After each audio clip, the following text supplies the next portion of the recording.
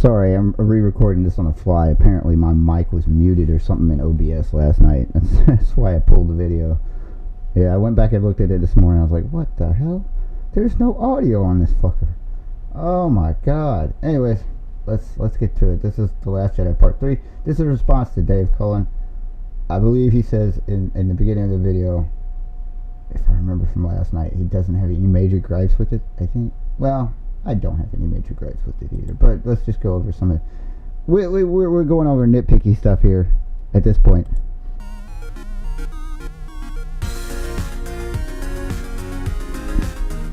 Star Wars The Last Jedi. Where to begin? Generally speaking, I don't have too many major complaints with this movie. It's a Star Wars film. Me neither. Looks, acts, and sounds like a Star Wars film probably should do. It's a reasonably solid You know, I should really review my videos before I upload them. installment into the franchise. However, I have my gripes, and this could have been a much better movie. Picking up immediately after the conclusion of The Force Awakens, Rey confronts Luke Skywalker. It could have been better. I mean, I'm going to do a comparison of Rogue One and The Last Jedi at some point.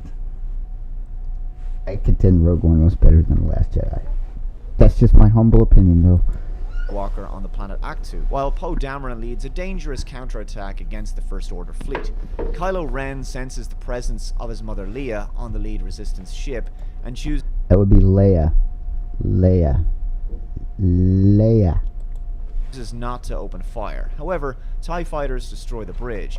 She's sucked out into space in a scene where I truly struggled to suspend my disbelief. That was kind of cringy. It's the whole flying like Superman thing. That's what everybody's joking about.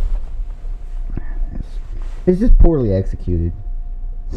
The close-up shots of her face were great, but the flying thing.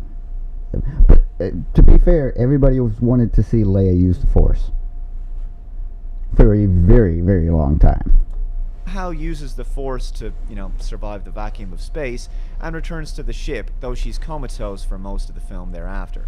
The First Order have figured out a way to track the Resistance fleet when they go to light speed using a tracking device. With Leia out of action, the rather Leia. inept Vice Admiral Amelin Holdo is left in charge. Poe, BB-8, Finn, and a new character, Rose Tico, come up with a secret plan to disable the tracking device and later even commit mutiny in the process. This requires them to visit a planet called Cantobite, a kind of planet-sized Monte Carlo built upon corruption and home to the super basically a planet-sized Vegas. wealthy of the galaxy. They go there to try to find a hacker who can disable the tracking device. The sequence really serves as an arbitrary set piece and visual departure for the movie, in keeping with the tradition of having a typical Star Wars alien bar nightclub location filled with weird-looking aliens. It's fine, but it's clear that this was put into the movie to extend the runtime and stretch out the rather shallow subplot for much of the duration of the film. While this is happening, Luke refuses to train Rey in the ways of the Force. She receives numerous Force visions connecting her across the galaxy with Kylo Ren. They converse across great distances. She learns... This is not unheard of. I mean, there is a scene in Empire after Luke gets his hand cut off where it's not a great distance, but that Star Destroyer with Vader on it's chasing the Falcon. They haven't got their hyperdrive up and running yet. It's not my fault scene. Yeah, and they converse. Luke and Vader converse throughout the vacuum of space there. The movie's just taking it to the umpteenth level, culminating in that Luke's astral projecting thing. That Luke had failed Kylo in Jedi training and considered killing him because he knew the darkness that Supreme Leader Snoke had awoken within him. Long story short, though Luke does help Rey somewhat, she ultimately leaves the planet without him. Luke must be convinced to join the fight against the First Order by the Force Ghost, Master Yoda. Rey is soon captured by Kylo Ren and brought before Snoke, but Kylo, aka Ben Solo, ultimately betrays Snoke. But dude, I'm going to just do both of these that you did at the same time, because the other one's up in the list next. So I'm going to just respond to both of them at the same time. kills him and tries to convince Rey to join him and rule the galaxy together. Meanwhile, the Resistance craft are making their way to the abandoned Rebel base Crate, but they're being picked off by the First Order one by one, and their numbers are dwindling rapidly. Leia is back in charge, having put down Poe's insurrection. Leia. Not Leah. Leia. Leah would be spelled Leah, I think. But at least everybody I've known that's a Leah. Leia. Sorry, I'm just poking fun at you, dude. And BB-8 Finn and Rose's plan to sabotage the tracking device ultimately fails. However, Vice Admiral Holdo sacrifices herself by ramming Snoke's ship at light speed and provides the Resistance enough time to arrive at the planet Crate, where they mount one last stand against the First Order. With everyone now on the planet and the Millennium Falcon successfully drawing most of the TIE fighters away, Luke arrives just in time to buy the retreating Resistance enough time to escape. Again. Kylo is unable to defeat Luke using the vast First Order arsenal and can't so much as land a single blow against him using a lightsaber. Turns out Luke isn't really there. He's projecting himself from Act 2. Rey uses her force powers to help the Resistance astral projection. Yeah. escape in the Millennium Falcon. Their numbers reduced to just a few now. Then Luke dies for no real reason and becomes one with the Force. Actually, he used up all his... he focused... This is the way I interpret it. He focused so much of his life force and energy on doing that astral projection, it killed him. It was his last stand. That's how I think it was meant to come out, but that's my story and I'm sticking to it. In a very disappointing outcome that seems to undermine the whole point of projecting himself onto Crate in the first place. I guess he'd made peace with his failure to train Kylo and received whatever closure he needed. On Canto Bight, one of the kids we saw earlier uses his force powers to pick up a broom and looks up into the sky with hope, as if to suggest that the future of the Resistance will continue with this new generation. It's not a bad conclusion, but the film suffers very much from the issues that The Empire Strikes Back did. It's the awkward middle child of the trilogy. You know that the film is really just serving to bridge the first and third films together. Yeah. There is some really clever humor along the way, and much better character moments in this movie. Even Rey... At least you think there's humor in it. I thought there was humor in it. There's a bunch of people that says all the humor sucks, which I don't get. I heard people in the theater laughing, dude. This one girl that brought her nieces with her that was in our group, they were just giggling like crazy, and I was too, so I thought the humor was okay.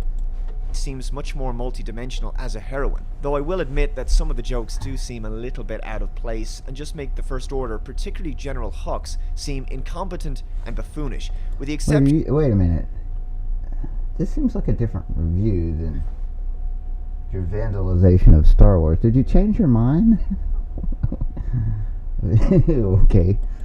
Of Kylo Ren, the First Order make for an unthreatening and clownish group that I never really took seriously as imposing villains. They have all these immensely powerful Star Destroyers at their disposal, but they're easily overcome so long as the Resistance use the maneuverability of their small craft to attack them at close range. This is a barely believable component of the movie, designed to somewhat neuter the villains out of pure necessity for the story. The biggest problem with the movie is the subplot, which is the First Order chasing the Resistance fleet using the tracking device at light speed. Each time the Resistance jumps to light speed, they can be found by the First Order, and gradually the Resistance will run out of fuel. This is the plan of General Hux. In an outright battle, the First Order possesses all of the firepower necessary to wipe out the Resistance. But the writers had to contrive this stalemate situation just to stretch out the subplot long enough in order to allow the primary plot with Luke and Rey on the planet to fully unfold. This means, of course, that there's some rather boring... There was only one writer, that would be Rian Johnson. ...and slow elements to the movie, a lot like the first hour of The Empire Strikes Back. I could be It's wrong, also though. the reason that the Canto Bight sequence had to be squeezed into the film. Given these issues, perhaps it's just as well there's some decent levity and humor throughout, so that the film doesn't take itself too seriously. As I expected, The Last Jedi picks up immensely in the last 20 to 30 minutes, and that really saves the film for me. Generally speaking, The Last Jedi is an enjoyable enough movie, but it's a fairly stock addition to the legacy. If you're content with knowing that in advance, however, I think you'll be reasonably entertained. Okay, let's get to the next one.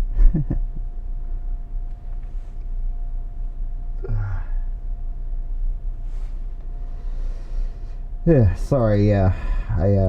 Yeah. Oh, This is a cardinal sin of EDM right here. Dive in and say, hey, I'm a trance DJ. And I can hit one note and put a bass drum on it, and that's my tune. I'm gonna watch the ad because for anyone wanting to get into the production of just electronic music. This can all be done correctly with minimal amount of software, which is why you can have a kid make a dance hit on a laptop using an SSL G-series compressor on a dance music kick. I'm watching the ad because Dave gets, I hope, some of the ad revenue. And this ad's really cool. No sense whatsoever. 90% of my time is just goofing around and trying to come up with something. That's the way I go about making music, because I'm just completely like... God, could I get a copyright thing for just showing the ad? Want my first chord to go there.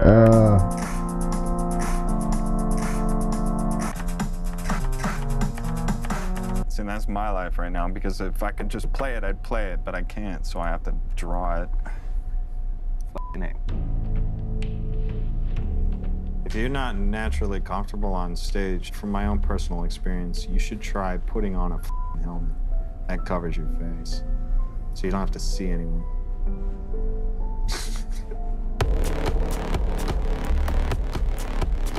I could teach someone how to get, from Who nothing is this dude? I have no idea. I have no idea. to something. When you come up with an idea that you've never actually heard before or have never heard anyone do, that's something really cool. This class I've never is heard of this designed guy. for you to develop your own style and developing your own sound. If you can impact one person with your music, then it is pretty much worth it.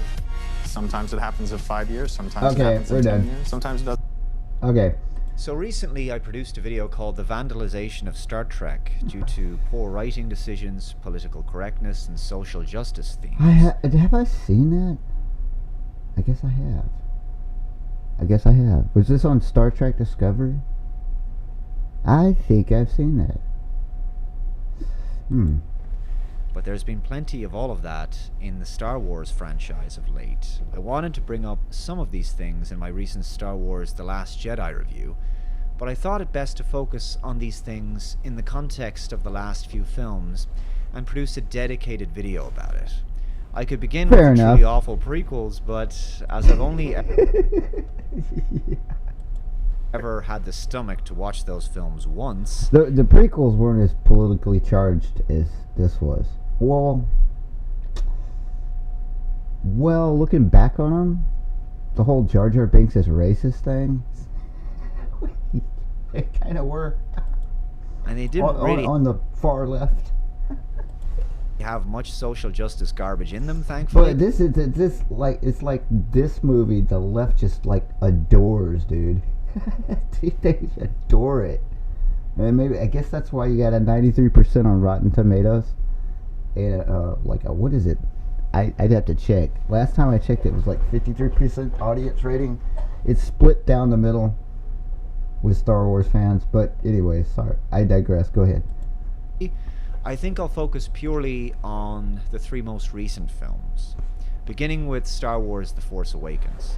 One of the major gripes I had with the direction the producers took with that film was separating the three original cast members so that they had no actual screen time together.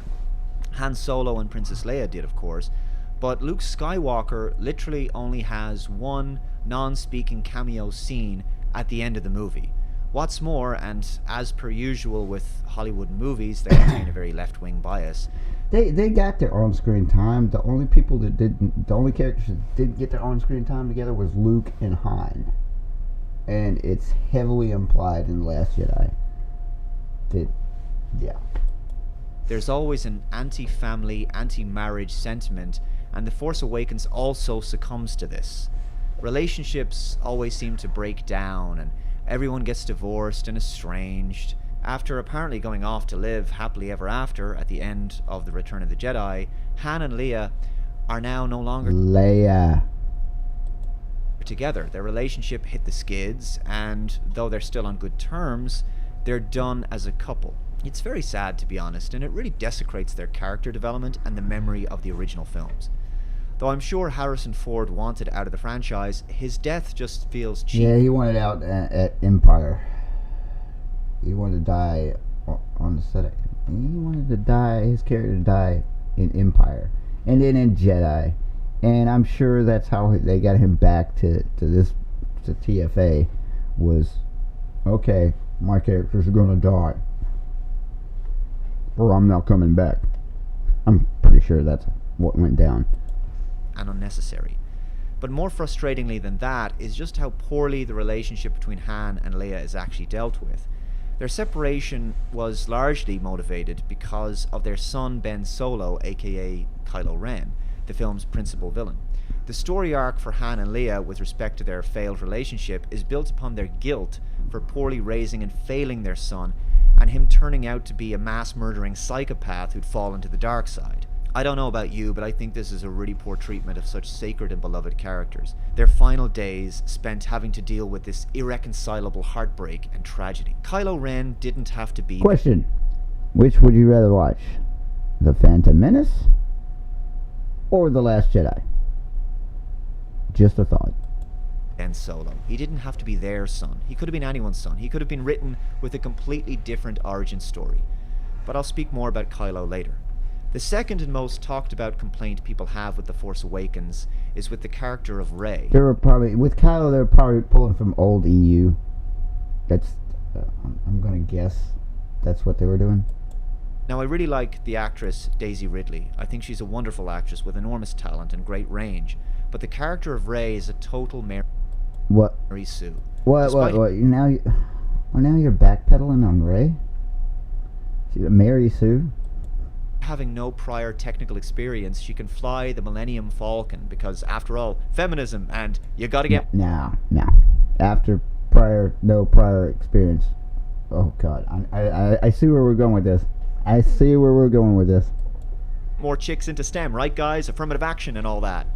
She's also able to access the Force, and is a dab hand with a lightsaber without any training, despite the fact that it took several films for Luke Skywalker to become sufficiently competent. She's also able... No. 10 minutes with Obi-Wan on board the Millennium Falcon with a remote, and he gets it. And then he just gets it in Empire Strikes Back too. Wrong. There's a point here to be made. Able to beat up guys twice her size in a manner similar to Jyn Erso, which, if I'm honest, is never truly believable in films. I know it's fantasy, but I think this is honestly why there's the keyword, fantasy.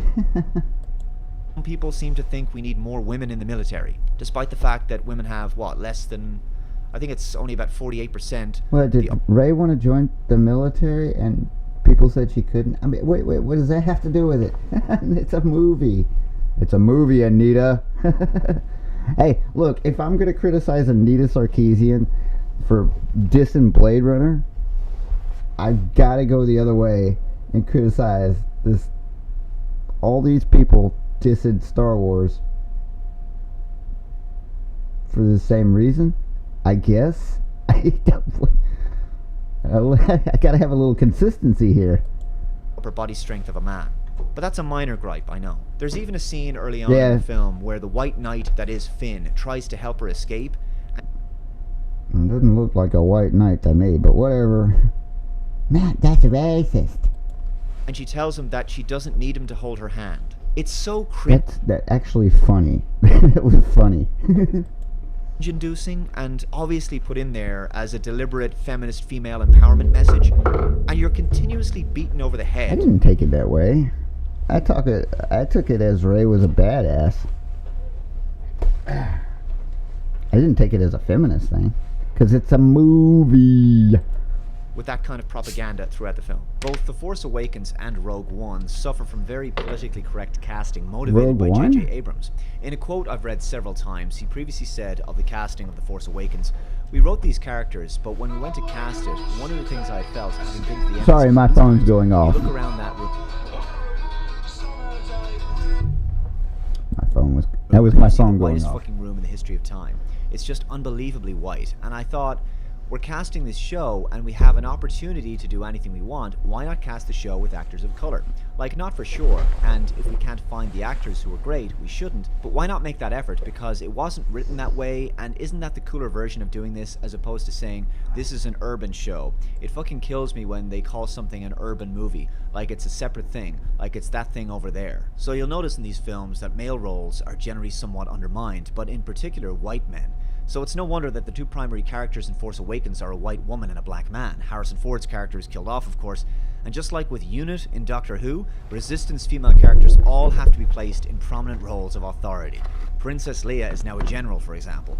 This kind of politically biased casting is most notable in Rogue One and The Last Jedi. In Rogue One, the primary character of Jyn Erso is, as I described in my Rogue One review, she's dull, two-dimensional, and has one gear. 1,000-mile... I don't buy that. I don't think Jyn Erso's dull at all. That's just my humble opinion, though. Hence, melancholic, constipated stare. That's kind of reminiscent of Black Widow, but without the occasional sass. She's boring and forgettable. She doesn't learn anything. She gets a brief reconciliation with her father. That's about it. Now, I'm all for strong female leads, but this character isn't female. That's the insulting aspect of this. Hollywood thinks femininity is patriarchal or something, so chicks have to be masculinized in order to be considered strong, because they don't see femininity as being a virtue, which is actually insulting to women. Girls don't aspire if you get a female hero, can't she be a badass too? Wait,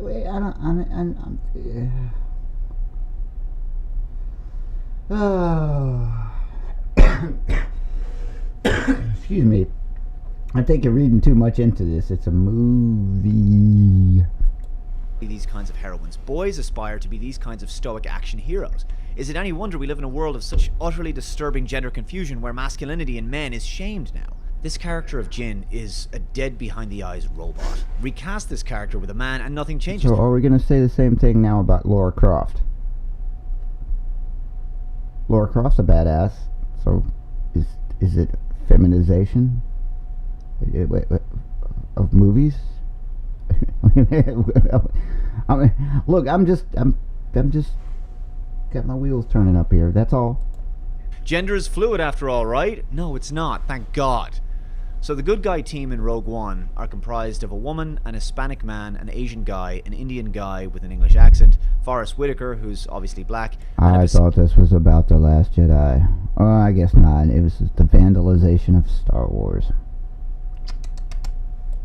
Pacific Islander guy. The only prominent white character is Orson Krennic, who is, wouldn't you know it, the principal bad guy. Yes, white men are bad. Virtue signal to the max. Have to process that white guilt, right? Once again, the leading authority figure... A lot of the bad guys in the original trilogy were white. I don't see the comparison here. I really don't. For the good guys is Senator Mon Mothma, yet another female character. In The Last Jedi, things really go full SJW in terms of... She was in the Return of the Jedi, too. And in a deleted scene in Revenge of the Sith, if I remember correctly. She's a recurring character. Female authority figures. General Leia is back in charge, and when she's injured, the rather inept Vice Admiral Amelin Holdo is left in charge. Not only does she look like a stereotypical purple-haired SJW... Okay, I'm gonna give you that one. I'm gonna give you that one, dude. That did make me cringe for a minute in the theater. Because I had not seen post-movie pics of her, because I went on an internet blackout. But, yeah, the purple hair thing, I was like, oh my god, what the hell?